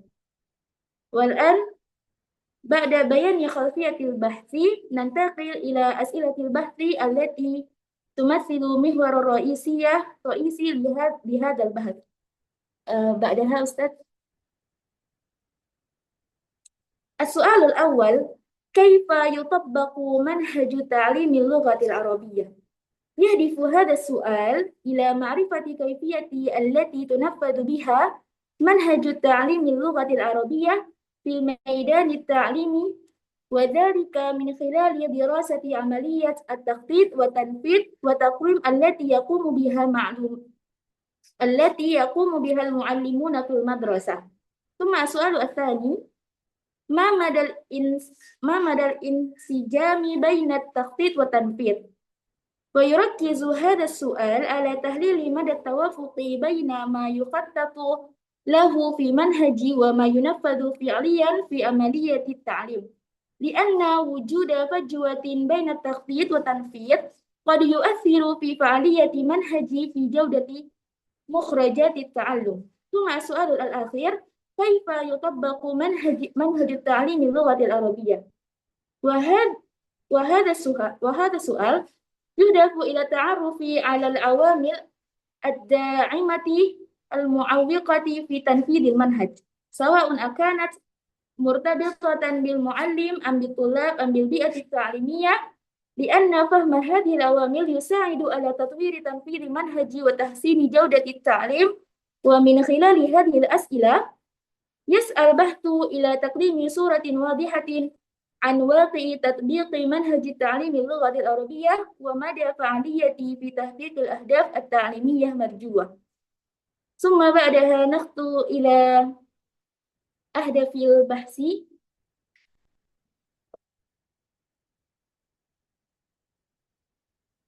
أهداف هذا البحث التي تسعى إلى تحقيق عدة الغايات العلمية والتطبيقية، أولا تحليل تطبيق المنهج. يهدف هذا البحث إلى تحليل كيفية تطبيق منهج تعليم اللغة العربية في مؤسسة تعليمية من خلال دراسة مراحل التخطيط والتنفيذ والتقويم، وذلك للوقوف على واقع الممارسة التعليمية في ميدان التعليمي. ثم ثاني تقويم فعالية التنفيذ.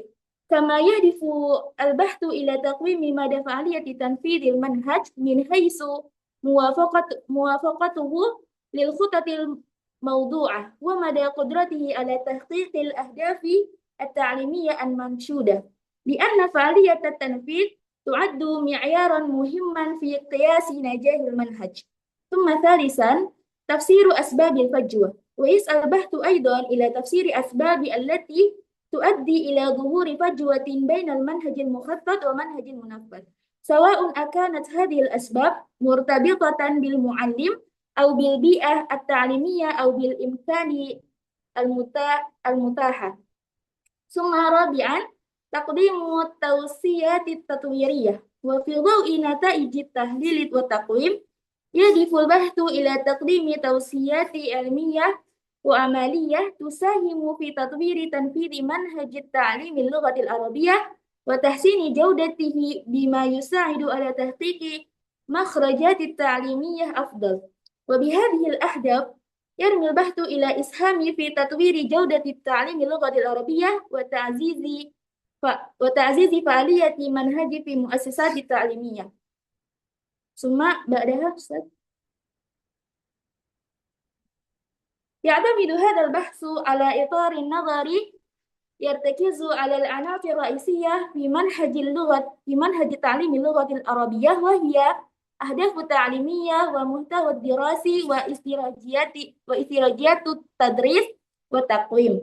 فالأهداف التعليمية توجه عملية التعليم نحو نتائج محددة، ومحتوى الدراسي يمثل معارف ومهارات التي يكتسبها الطلاب. أما استراتيجيات التدريس فهي الوسيلة التي تنفذ بها الخطط التعليمية، بينما يستخدم التقويم لقياس مدى تحقق الأهداف وفعالية التنفيذ. ومن خلال هذه الإطار النظري يسعى البحث إلى تحليل مدى توافق هذه العناصر في تطبيق منهج تعليم اللغة العربية وتقويم فعالية تنفيذه في ميدان التعليم.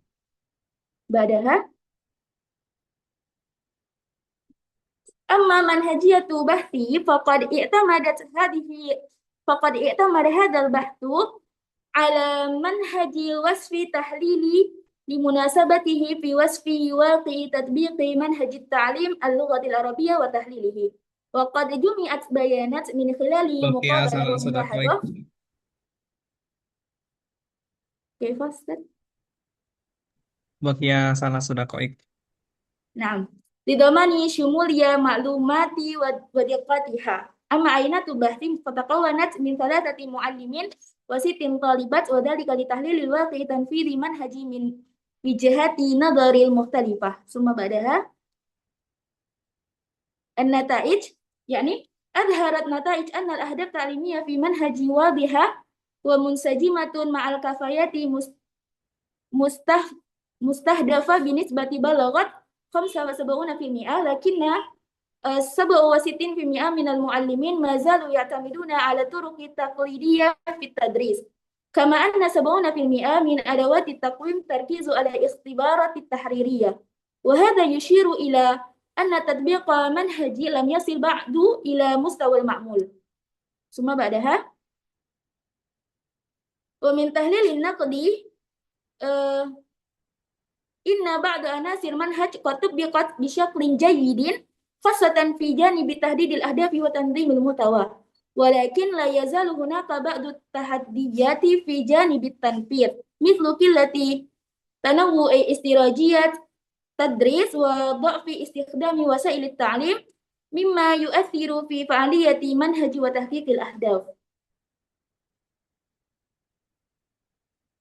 فعلى الرغم من أن منهجي مصمم بشكل جيد، إلا أن التطبيق ميداني ما زال يعتمد على أساليب التقليدية، ويعني ذلك أن جودة التصميم وحدها لا تكفي، بل لابد من جودة التنفيذ أيضا. ثم بعدها أستاذ جدة علمية. تكمن جدة في هذا البحث في أنه يبين أن مشكلات تعليم اللغة العربية ليست في وثيقة المنهج بل في كيفية تنفيذه، وهذا يوجه جهود التطوير نحو تحسين الممارسة التعليمية. ثم بعدها توصية بناء على النتائج يوصي البحث بتدريب المعلمين على الطرق الحديثة في التدريس وتطوير أدوات التقويم وتعزير بيئة اللغوية في المدرسة. ثم وفي الختام هذا العرض يمكن القول إن الدراسة قد كشفت أن فعالية منهج تعليم اللغة العربية لا ترتبط بجودة بنائه النظري فقط بل تعتمد اعتمادا جوهريا على كفاءة التنفيذ ومستوى التفاعل بين انتهى مكونات الوقت. العملية التعليمية. والأخير أقدم إليكم بجزيل الشكر والعظيم الامتنان على حسن استماعكم وكريم الانتباه. والسلام عليكم ورحمة الله وبركاته. Waalaikumsalam warahmatullahi wabarakatuh. Barakallahu fiik. Naam, Radun Jamilun Mumtaz. Jazakillahu khairan katsira. Al-an nuwasil ila al-mutakallimah allati ba'daha ala wa hiya Ustazah Az-Mufidah min Jami'ah dari Salam Gontor. Tafadhali di ardi al-maqalah.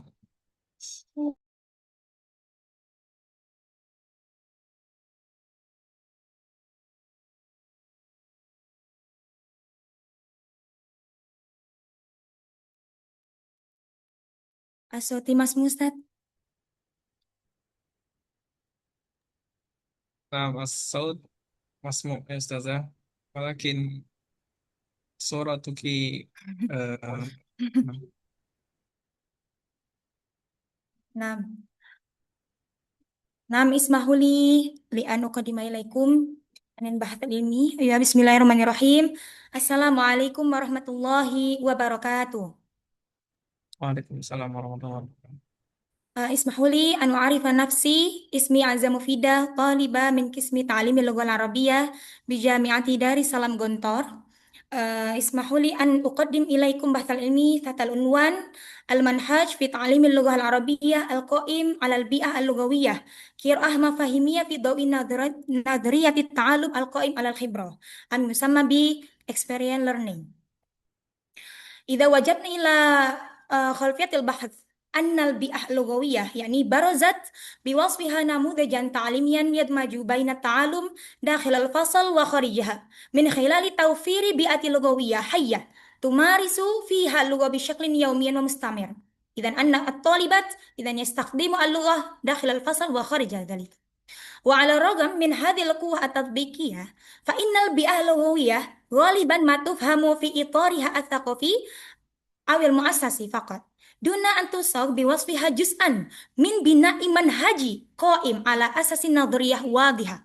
ومن هنا تبرز أهمية توظيف نظرية التعلم القائم على الخبرة experience learning التي تنظر إلى التعلم بوصف عملية متكاملة تشمل الخبرة والتأمل والمفاهمة والتجريب. بهذا إذا رأت الباحثة أن هناك الفجوة بين الممارسة والنظرية. النجاح التجريبي يحتاج إلى تأطير نظري منهجي. أن الواقع التجريبي قوة التطبيقية الملحوظة لقد أثبتت نظام البيئة اللغوية يعني تجريبا قدرته على تنمية الكفاءات التواصلية لدى الطالب من خلال توفير الخبرة اللغوية مكثفة ومستدامة في الاستخدام اليومي اللغة. والفجوة المفاهيمية يعني ضعف في التأطير النظري يعني غالبا ما تفهم هذه الممارسات في إطار الثقافي والمؤسسي فقط دون إبراز أبعادها التربوية بشكل واضح. كمان هذه العناصر لم تصف بعد ضمن إطار تصميم المنهج للمناهج يتميز بالوضوح والتأمل. إذن بهذه الفجوة أرادت الباحثة بإعادة إلى قراءة البيئة اللغوية بوصفها بناء تربويا علميا من خلال توظيف منظور التعلم القائم على الخبرة. إذن تحديد المسألة يعني كيف يمكن فهم البيئة اللغوية بوصفها نظاما تعليميا قائما على الخبرة في ضوء التعلم القائم على الخبرة. ثم ثانيا كيف يمكن تعزيز البناء المفاهيمي للبيئة اللغوية لتصبح جزءا من منهج تعليمي منظم وواعٍ تربويا. وهدف البحث يعني جوابا لتحديد المسألة يعني تحليل البيئة اللغوية بوصفها نظاما تعليميا قائما على الخبرة في ضوء التعلم القائم على الخبرة، وبيان كيفية تعزيز البناء المفاهيمي للبيئة اللغوية لتصبح جزءا من منهج تعليمي منظم وواعٍ تربويا. ثم استخدمت الباحثة بمنهج الكيفي من خلال أسلوب الدراسة المكتبية.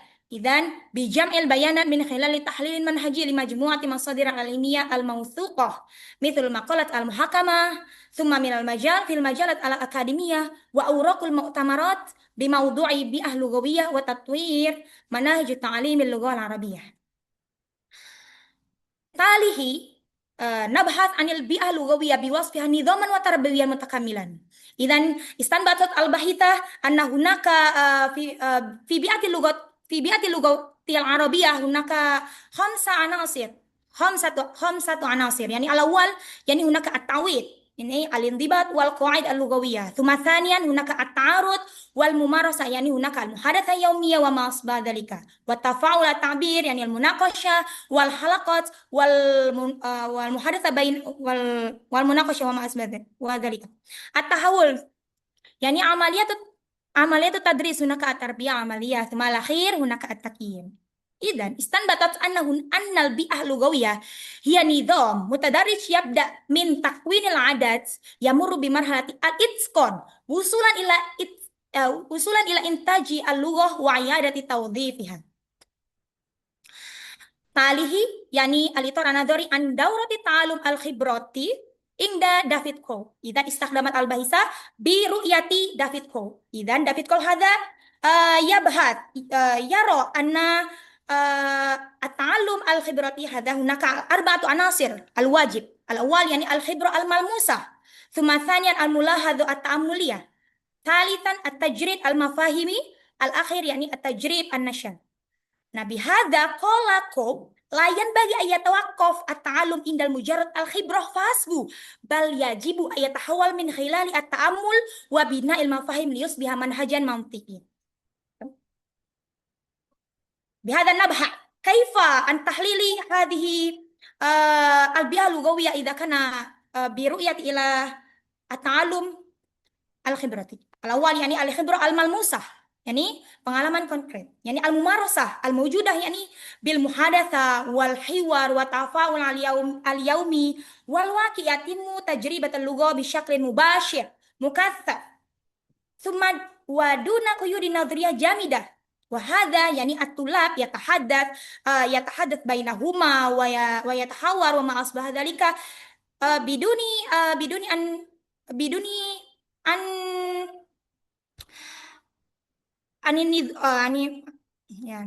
Tuma badaha al-mulahadha at-ta'ammuliyah yakni observasi reflektif, yani al-mumarasah yakni at-ta'ammul adzati, thumma mulahadatu zumala wa kadzalika at-taqyim min sahibatihi ila ma qala ila sahibi wal waqi yani at-ta'ammul mawjud bil fi'l bi syaklin amali khas fi tahdhir li takim ansyitati tadris wa majalut tatwir huna yajibu siyagu hadha ta'amul fi tasmimi ta'limi akthar manhajian wa tanzim.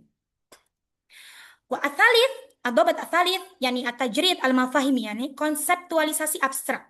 Al-mumarasah yani isti'amu an matil jumal wal ma'ani. Ba'da hunaka at-takim min sahibah hunaka isti'ab an matil jumal wal ma'ani. Wal waqi' huna bada'at mafahimu qawaid al-lughah tatashakkalu min khilali tafa'ul at-tajribi.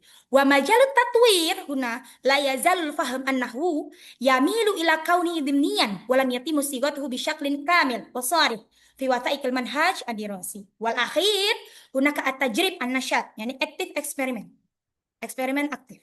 الممارسة يعني هناك التربية عملية. الواقع هنا تستخدم اللغة في على مستويات الإنتاج. أن الطالبات هذا ليس مجرد للتواصل فحسب، بل إنما إلى إيصال المعلومات بلغتهن على طريقة نقل المعرفة بجمهور جديد. ثم إذا كان التوازن في مصفوفة التربية يعني البيئة كنظام طبيعي والبيئة كنظام مفاهيمي. إذا كان البيئة كنظام طبيعي يعني قائمة على الخبرة مباشرة والقدوة فقط خبرة، بل إنما إذا كان biasa نظام ada sangat مفاهيمي baik. يعني تتطلب تأملا منظما. ثم ثانيا تثبتت فعاليتها كبيرة في إنتاج الكفاءة التواصلية فحسب، بل إنما إذا كان في بيئة كنظام مفاهيمي يعني تعزز الوعي والدقة اللغوي. ثم إذا كان في بيئة كنظام طبيعي يعني تحافظ على الحكمة المحلية للمؤسسة. إذا كان في بيئة كنظام مفاهيمي يعني تحقق الصلاحية المنهجية حتى تكون منهجا أكاديميا.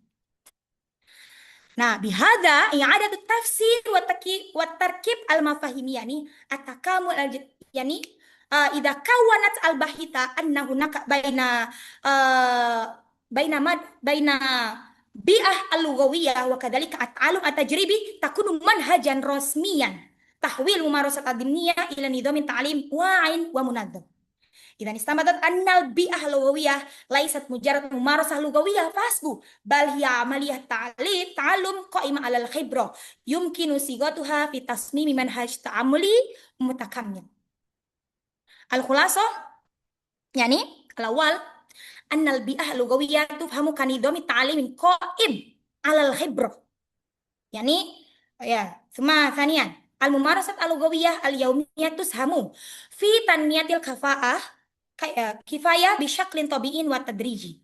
ثم الطبيعة التطبيقي موجود لكنه لا يزال ضمنيا وغير منظم نظريا، والحاجة إلى تعزيز البناء المفاهيم بالبيئة اللغوية بشكل منهجي وتحقيق التكامل بين الخبرة الميدانية والإطار التربوي النظري، والأخير تحويل البيئة اللغوية فحسب إلى منهج تعليمي منظم وواعي وتربوي. هذا مني. جزاكم الله على حسن الاستماع والتعاون. شكرا. الأخير أضبط البيئة اللغوية ليست مكانا بل نظام يحول اللغة من معرفة إلى ممارسة حية. هذا مني. شكرا والسلام عليكم ورحمة الله وبركاته.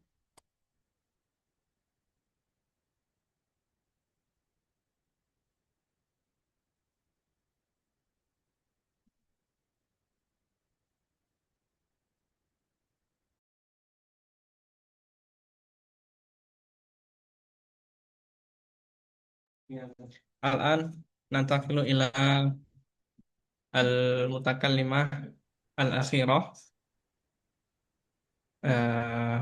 ala wahya al-ustazah Mildayani min Jami'atil Malang al-Hukumiyah. Terima kasih Ustaz Lutfi. Bismillahirrahmanirrahim. Assalamualaikum warahmatullahi wabarakatuh. Alhamdulillahirabbil alamin. Hamdan katsiran thayyiban mubarakan. Wassalatu wassalamu ala sayyidina Muhammadin wa ala alihi washabihi ajma'in. Asyhadu an la ilaha illallah wa asyhadu anna Muhammadan abduhu wa rasuluhu la nabiyya ba'da.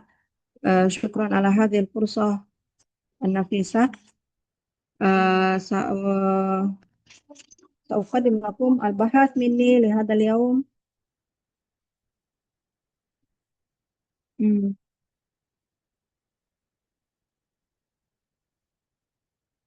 تحت الموضوع تطبيق مدخل التعلم العميق في تعليم القراءة لتنمية مهارة التفكير النقدي لدى طلاب مدرسة الثانوية الإسلامية دار الأبرار Bangka. Yakni implementasi pendekatan deep learning dalam pembelajaran qiraah untuk meningkatkan berpikir kritis siswa tingkat MA Darul Abror Bangka. Tayyib, al-awal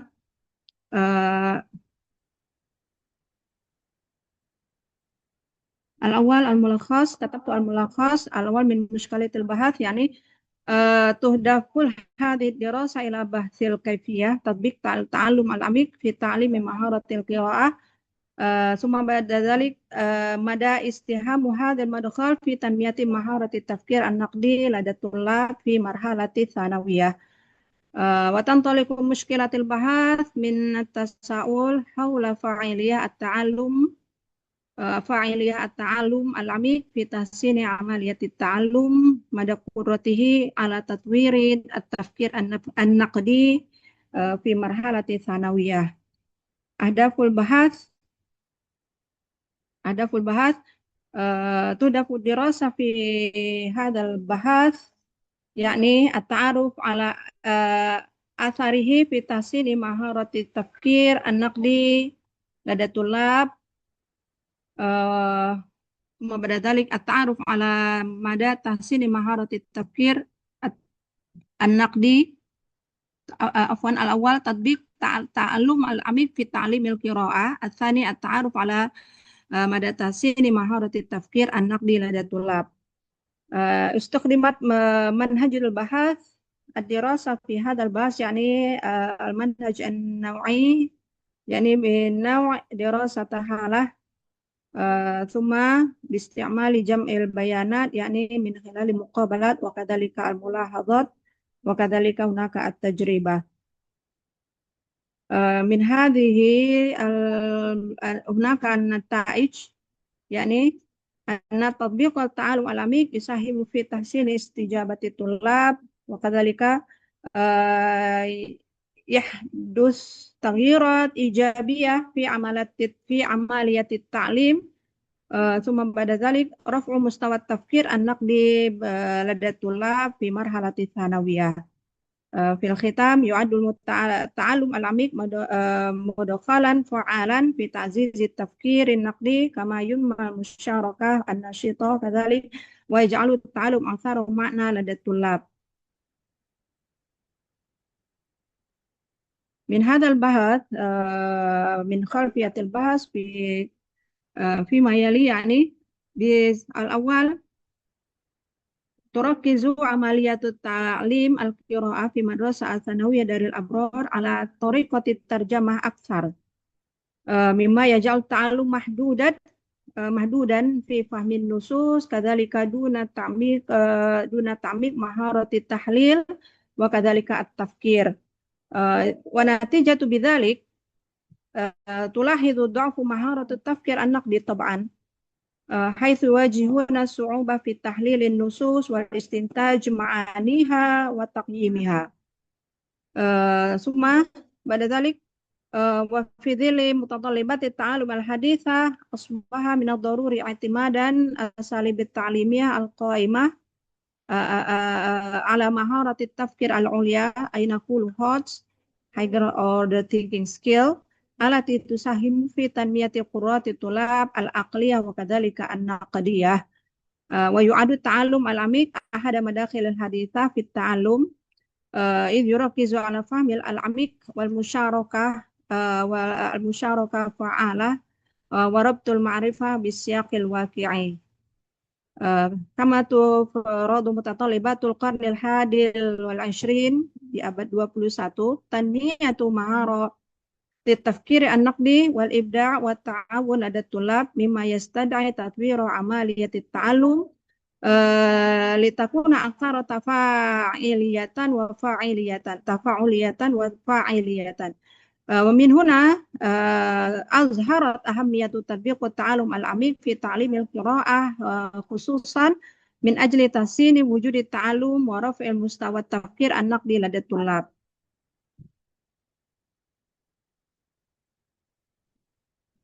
في ميدان التعليم أو في مجال التعليم نجد مشكلات في تعليم القراءة. منها الأول تركز تعليم القراءة على طريقة الترجمة، وهذه هي مشكلة توجه عملية التعليم تعلم القراءة تحقيق أهداف التعلم بشكل فعال، إذ لا يزال التعليم يركز على طريقة الترجمة، كما أنه يساهم بكونه حول المعلم.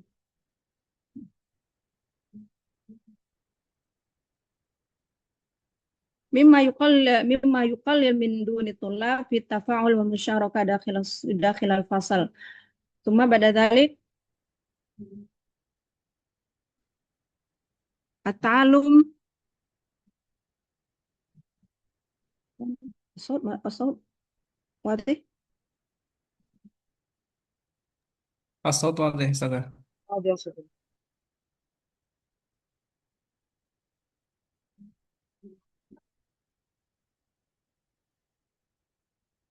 طيب بعد ذلك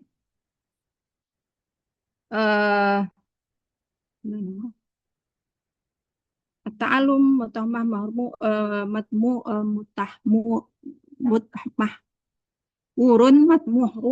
Ya, salah sudah koik. طيب حول المعلم itu teacher center.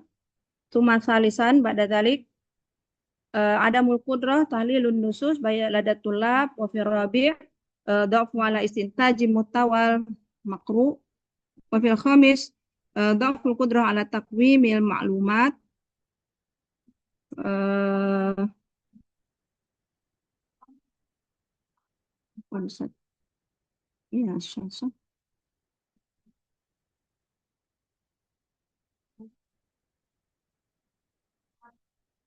وفي السادس التقويم لم يبنى على مهارة التفكير العليا. Evaluasinya belum mencapai HOTS. طيب هذا هو إطار النظري في التعليم القراءة، يعني أن مهارة القراءة هي قدرته على فهم محتوى النصوص باللغة العربية من خلال عملية التعرف على الحرف وفهم المعاني وتفسيرها. من مستويات فهم النصوص يعني أي المعرفي، أي نقول هناك فهم الحرفي يعني معنى الجملة، وكذلك الفهم الاستنتاجي، وكذلك الفهم التقييمي. من أهداف التعلم تعلم القراءة يعني فهم محتوى النصوص العربي، ثم تحديد الفكرة الرئيسية والمعلومات المهمة، ثم بعد ذلك تنمية التفكير النقدي، وكذلك أهداف الأخير تفسير معنى الكلمات في سياقها. ومؤشرات القدرة على فهم النصوص يعني تحديد الفكرة الرئيسية، شرح المحتوى النص، الاستخلاص والاستنتاج النتائج، الإجابة عن الأسئلة النقدية، وربط محتوى النص بالسياق.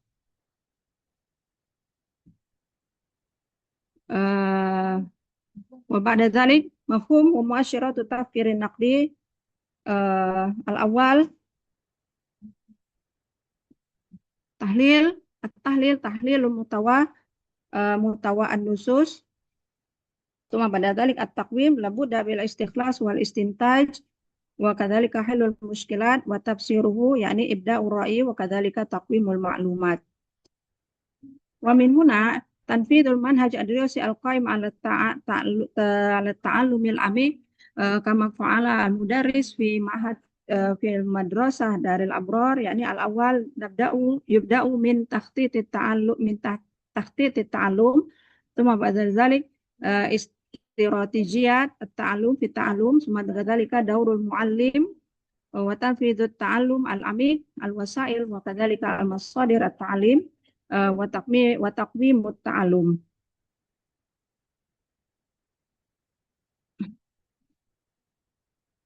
التعلم العميق أي نقول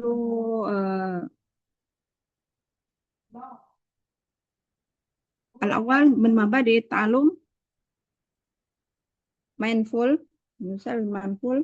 هناك يعني وعي. ثم بعد ذلك الثاني meaningful أي نقول أيضا هو ذو معنى، وكذلك joyful يعني أن الدراسة ممتع. الخصائص من التعلم العميق يعني karakteristik deep learning التأملي ثم سياقي وكذلك النشاط. من هذه هناك التحديات وكذلك العوائق. من التحديات والعوائق نجد في مجال التعليم يعني منها الأول كفاءة المعلم kafaatul muallim atau kafaatul mudarris. Cuma pada dzalik jahizatu tullab, kadzalika waktu ta'alum, cuma pada dzalik al-wasail masadirut ta'alum, cuma pada dzalik cuma pada dzalik nizamut taqyim, kadzalika thaqafatut ta'alum, ainaqulu budaya belajar, bi'atul ta'alum, wa kadzalika da'mul muassasah.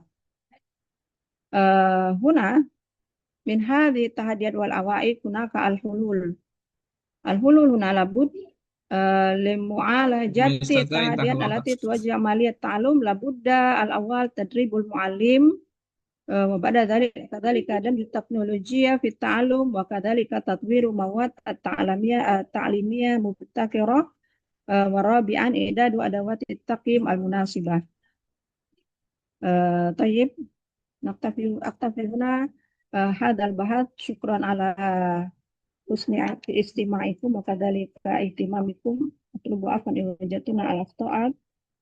Qulu syukran. Assalamualaikum warahmatullahi wabarakatuh. Waalaikumsalam warahmatullahi wabarakatuh. Barakallahu fiik. Ya Ustazah, jazakillahu khairan katsiran ala takdimiki al-qayyim. Nam wa ayyuhal jumhur al-kiram, fabihadza laqad intahayna min jami'i al-muqaddimin. Fa al-an nakhtu ila al-munaqashah. Fa al-yatafaddal man ladaihi al-hiwar wal munaqashah aw tasaqqulat falahu an yas'al ma sayas'aluhu aw yaqtarifuhu.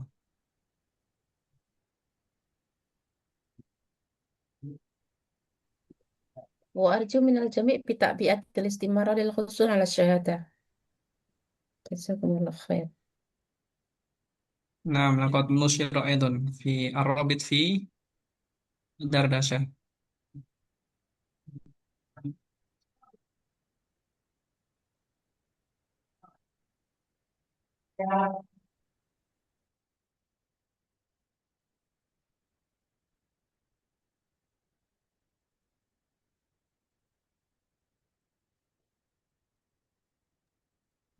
Nam hal yunjad fil mudakhalat aw tasawulat aw al-iktirahat.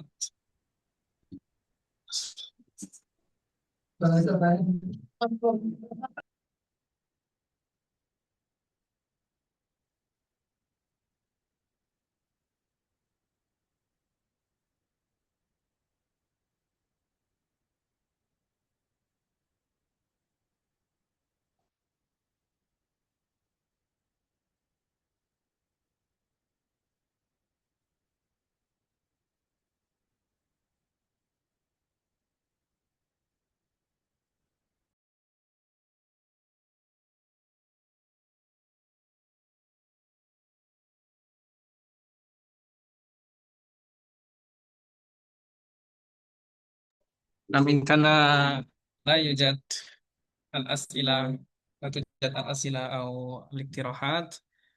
Fa alhamdulillah idzan laqad intahayna min al-jaulah asaniyah wa nakhtu mubasharatan ila al-jaulah as-salisah.